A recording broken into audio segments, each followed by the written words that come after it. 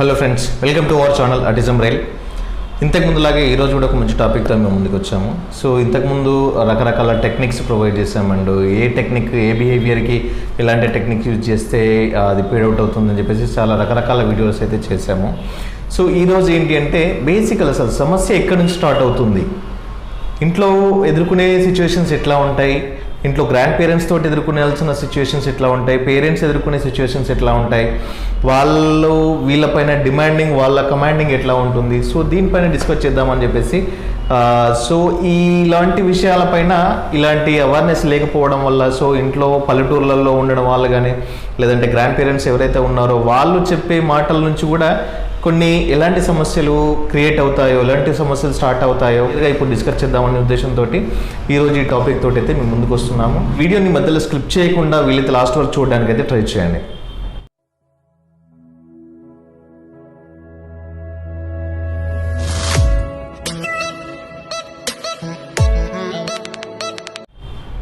So మరి పిల్లలు ఇప్పుడు సరే బర్త్ హిస్టరీలో ఎలాంటి ప్రాబ్లం లేదు, ప్రెగ్నెన్సీ టైంలో ఎలాంటి ప్రాబ్లం లేదు, నెక్స్ట్ పుట్టిన తర్వాత అంటే పోస్ట్ నేటల్లో ఎలాంటి ప్రాబ్లం లేదు, పుట్టగానే ఏడ్చాడు, ఎలాంటి ప్రాబ్లం లేదు, అంతా హెల్తీగా ఉన్నాడు.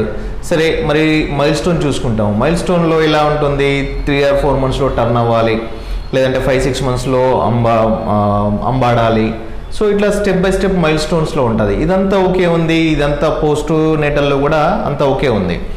మరి ఎప్పుడైతే మొబైల్ కానీ లేదంటే టీవీ కానీ ఇది యాడ్ అవుతుందో కిడ్కి, సో దీనివల్ల ఏంటంటే వెయిటింగ్ స్కిల్స్ కూడా ఆటోమేటిక్గా డౌన్ అయిపోతాయి, అంటే రిడ్యూస్ అయిపోతాయి. సో దీనివల్ల ఏంటి అంటే స్పీచ్ డిలేతో పాటు బిహేవియర్ ఇష్యూస్ కూడా యాడ్ అవ్వడానికి ఛాన్స్ ఉంటుంది.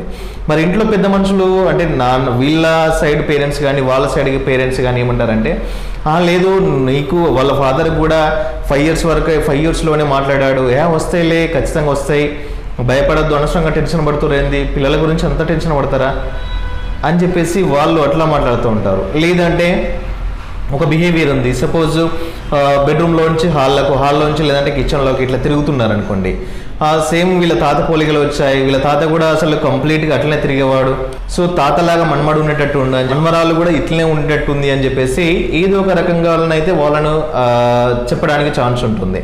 లేదు ఇంకో రకంగా చూసుకున్నట్లయితే ఏంటి అంటే అర్ధరాత్రి లేచి ఆడుకోవడం, లేదంటే ఉన్నట్టుండి సడన్గా ఏడవడం.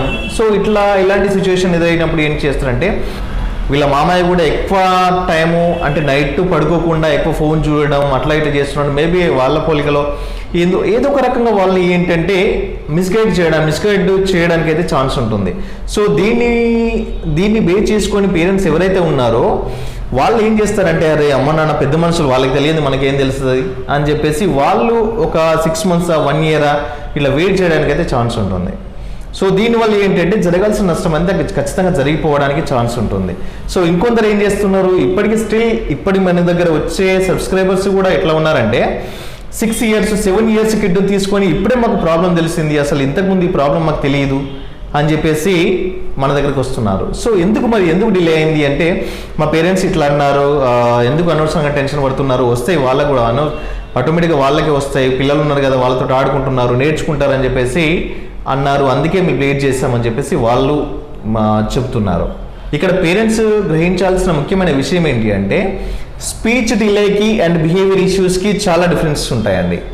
సో ఎప్పుడైతే మనం చెప్పింది పర్ఫెక్ట్గా అర్థమవుతుంది, తనకి మనము ఇక్కడ కూర్చోమంటే కూర్చుంటున్నాడు, వాటర్ తీసుకురమ్మని తీసుకొస్తున్నాడు, నాన్న తీసుకుని రమ్మంటే నాన్న చేతి పట్టుకొని తీసుకొని వస్తున్నాడు, బట్ చెప్పడానికి మాత్రమే రావట్లేదు అన్నప్పుడు సరే పక్క వాళ్ళని చూసి నేర్చుకోవచ్చు, లేదంటే వాళ్ళ నాన్నకు 5 yearsలో వచ్చినాయి, ఈ బాబుకు కూడా 5 yearsలో రావడానికి ఛాన్స్ ఉంటుందని చెప్పేసి అట్లా ఏమన్నా వెయిట్ చేస్తే చెయ్యొచ్చు.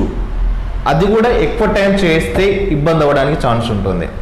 నెక్స్ట్ ఇది ఓన్లీ స్పీచ్ డిలే కిందకి వస్తుంది. నెక్స్ట్ ఎప్పుడైతే బిహేవియర్కి యాడ్ అవుతుందో, ఎప్పుడైతే బిహేవియర్ ఇష్యూస్ ఉన్నాయో కిడ్లో, సో అలాంటప్పుడు గ్రాండ్ పేరెంట్స్ అంటే ఈ వాళ్ళ మదర్ సైడ్ అంటే వాళ్ళ తాతయ్య అమ్మమ్మ కానీ వాళ్ళ నాన్నమ్మ తాతయ్య కానీ ఎవరు ఎంత అన్నా కూడా ఖచ్చితంగా బిహేవియర్ ఇష్యూస్ను ఫైండ్ అవుట్ చేసి 1 week కూడా వెయిట్ చేయకుండా ఖచ్చితంగా సైకలాజికల్ ఇవాల్యుయేషన్కి అయితే వెళ్ళినట్లయితే ఏంటి అంటే ప్రాబ్లం అనేది నాకు ఫైండ్ అవుట్ అవుతుంది. ఎప్పుడైతే ప్రాబ్లం ఫైండ్ అవుట్ అవుతుందో ఆ ప్రాబ్లం ఫైండ్ అవుట్ అయిన దాన్ని బట్టి అసలు ఏ థెరపీకి వెళ్ళాలి, ఏ ప్రాబ్లం ఏ స్టేజ్లో ఉంది, ఏమేమి రిక్వైర్మెంట్స్ ఉన్నాయి బాబుకి, అసలు ప్రాబ్లం ఎక్కడ స్టార్ట్ అయింది, ప్రీవియస్ హిస్టరీ ఏమైనా ఉందా, సో ఇదంతా చూస్తారు కాబట్టి ప్రాబ్లం అనేది ఈజీగా ఫైండ్ అవుట్ అవుతుంది. నెక్స్ట్ ఫర్దర్ స్టెప్ ఏమి వేయాలి అని చెప్పేసి క్లియర్గా తెలుస్తుంది. సో మీరు ఎప్పుడైతే వాళ్ళ మాటలు పట్టుకొని వస్తాయిలే వాళ్ళు అన్నారు కదా, వాళ్ళకన్నా మనం పెద్దనా, వాళ్ళకన్నా ఎక్కువ తెలుసా మనకు అని చెప్పేసి, దీంట్లో ఏంటి అంటే భార్య భర్తల మధ్య ఇద్దరు కూడా వైఫ్ అండ్ హస్బెండ్ మధ్య క్లాషెస్ వస్తూ ఉంటాయి.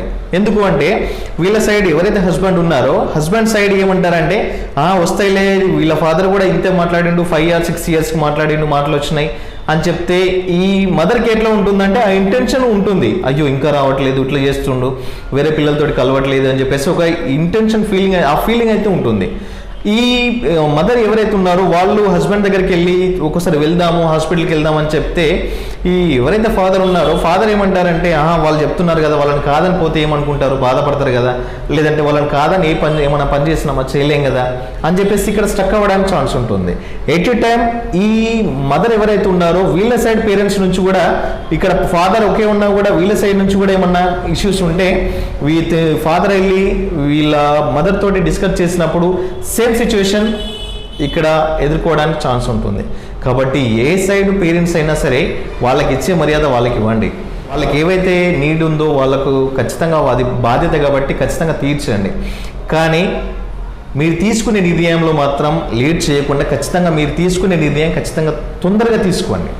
సో తొందరగా తీసుకోవడం వల్ల ఏంటి అంటే కిడ్ లైఫ్ సేవ్ చేసిన వాళ్ళు ఉంటారు. సో కిడ్ యొక్క లైఫ్ సేవ్ అవ్వడానికి ఛాన్స్ ఎక్కువగా ఉంటుంది. సో ఏదైతే ప్రాబ్లం స్టార్టింగ్లోనే మీరు ప్రాబ్లమ్ని ఫైండ్ అవుట్ చేసి థెరపీ ఎర్లీగా స్టార్ట్ చేసినట్లయితే ఏంటి అంటే ఆ ప్రాబ్లం అంటే మొదట్లోనే దాన్ని కంట్రోల్ చేయడానికి ఛాన్స్ ఉంటుంది. లేదు మీరు 6-7 yearsకి వచ్చారనుకోండి, సో ఈ 5 years గ్యాప్ ఏదైతే ఉందో 5 yearsలో వాళ్ళు ఏదైతే నేర్చుకుంటారో ఆ లెర్నింగ్ క్యాపబిలిటీ ఎక్కువగా ఉంటుంది. సో ఆఫ్టర్ 5 years తర్వాత ఎట్లా ఉంటుందంటే నేర్చుకున్న స్కిల్స్నే వాళ్ళు 6 years తర్వాత డెవలప్ చేసుకుంటారు. కాబట్టి 6 years తర్వాత నేర్చుకోరా అంటే నేర్చుకుంటారు, కాకపోతే నేర్చుకునే కేపబిలిటీ కొంచెం తక్కువగా ఉంటుంది. ఈ 5 yearsలో ఏదైతే ఉందో అది చేసుకోవడంలో ఎక్కువ ఎఫర్ట్ పెడతారు. సో ప్రతి ఒక్క పేరెంట్స్ కూడా ఇక్కడ బేసిక్ చేసే చిన్న చిన్న మిస్టేక్స్లు అయినా కూడా భార్య భర్తలు ఇద్దరు, అదేవిధంగా ఫ్యామిలీ అంటే పిల్లలతో పాటు భార్య భర్తలు ఇద్దరు ఫ్యామిలీ కూడా కొన్ని రోజులు సఫర్ అవ్వడానికి ఛాన్స్ ఉంటుంది. లేదంటే ఒక్కోసారి జీవితాంతం కూడా బాధపడే రోజులు కూడా పేరెంట్స్ కూడా ఉన్నారు. అయ్యో మేము ఫైండ్ అవుట్ చేసుకున్నాము, మేము గుర్తించాము, మా పేరెంట్స్ అనడం వల్లనే మేము స్టక్ అయిపోయాము, అనవసరంగా రాంగ్ స్టెప్ వేసామేమో అనే ఒక చిన్న గిల్టీ ఫీలింగ్ అయితే ఉంచుకోకుండా మీకు ఏది అనిపిస్తే అది చేయండి. ఏ థెరపీ తీసుకోవాలనుకుంటే ఆ థెరపీ తీసుకోండి. కానీ పిల్లల విషయంలో మాత్రం చాలా జాగ్రత్తగా ఉండండి. మీకు ఏదైనా ప్రాబ్లం ఆడ్గా అంటే బిహేవియర్ ఏదైనా ఆడ్గా ఫైండ్ అవుట్ చేశారంటే ఇమ్మీడియట్గా థెరపీ లేదంటే తెలిసిన పీడియాట్రిషియన్ కానీ లేదంటే సైకాలజిస్ట్ని కానీ కన్సల్ట్ అవ్వడానికి అయితే ట్రై చేయండి. సో ఇటువంటి సిచ్యువేషన్లు చాలామంది ఫేస్ చేస్తున్నారు అండ్ ఫేస్ చేస్తూ ఇప్పటికి కూడా అనుభవిస్తున్న పేరెంట్స్ కూడా ఉన్నారు. కాబట్టి ఈ టాపిక్ని కనుక మీలోకి తీసుకొస్తే చాలా మందిలో అవేర్నెస్ అనేది పెరుగుతుందన్న ఉద్దేశంతో ఈ మంచి టాపిక్ తోటి మేము ముందుకు వస్తున్నాం. సో పేరెంట్స్ ఎవరు కూడా నెగ్లెక్ట్ చేయకుండా దయచేసి ప్రతి ఒక్కరు కూడా ఎర్లీగా డిసిషన్ తీసుకొని ఎర్లీగా థెరపీ స్టార్ట్ చేసినట్లయితే పిల్లల్లో ఎలాంటి ప్రాబ్లం ఉన్నా దాన్ని కంట్రోల్ చేస్తూ ఇంప్రూవ్మెంట్ అనేది ఈజీగా చూడొచ్చు. సో ఇదండి ఈరోజు టాపిక్. ఈ వీడియో మీకు నచ్చిందని ఆశిస్తున్నాము. దయచేసి చాలామంది ఏంటి అంటే వీడియోస్ చూస్తున్నారు బట్ సబ్స్క్రైబ్ చేసుకోవట్లేదు. సో లైక్స్ పెరుగుతాయో ఆ లైక్స్ని బట్టి వీడియో రికమెండేషన్లకు వెళ్తుందంట. సో మీరు చూస్తున్నారు, ఈ కంటెంట్ చూసిన తర్వాత వేరే వాళ్ళకు కూడా యూజ్ అవుతుందన్న ఉద్దేశంతో ఖచ్చితంగా వీడియో నచ్చితే లైక్ చేయడానికైతే ట్రై చేయడం కాదు, ఖచ్చితంగా లైక్ చేయండి దయచేసి. సో ఈ ఛానల్లోకి మీరు ఫస్ట్ టైం వచ్చినట్లయితే ఛానల్ సబ్స్క్రైబ్ చేసి బెల్ ఐకాన్ క్లిక్ చేయడం మాత్రం మర్చిపోకండి. Thank you.